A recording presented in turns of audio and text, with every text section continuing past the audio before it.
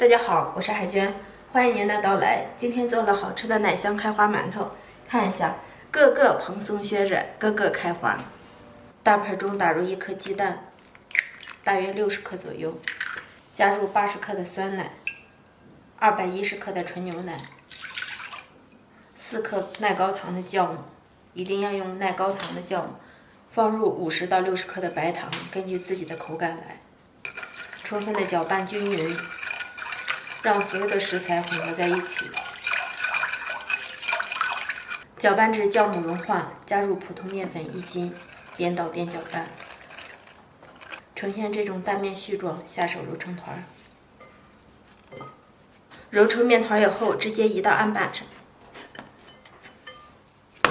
加入10到15克的黄油。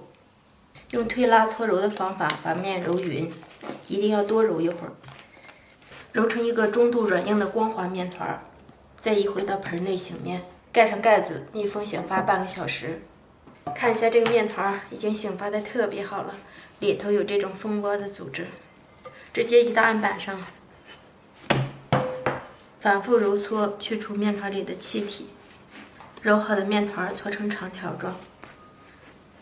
下成大小均等的面剂子，一个面剂大约120克左右。取过切好的面剂子，由外向里搓揉均匀。也可以用这个方法，单手在手心里反复搓揉。一个馒头大概搓个10多下。整理一下圆形，翻过来，用一个硅胶铲压下去，转圈，继续压。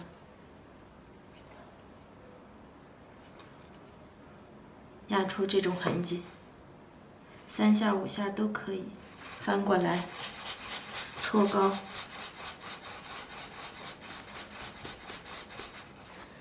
这样就可以了。把剩下的面剂依次做好。制作好的馒头生坯盖上保鲜袋，2次醒发10分钟。醒发好的馒头生坯放在壁梁上。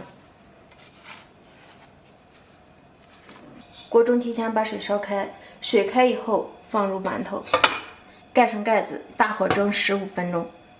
时间到，把火关掉，不用焖，直接打开盖子。哇，漂亮！这大开花馒头可以出锅了。这样制作的奶香开花馒头，您喜欢吗？全程可以说没有一点难度，没有一点技巧，蓬松又暄软，做法超简单。喜欢的家人们动手试做吧。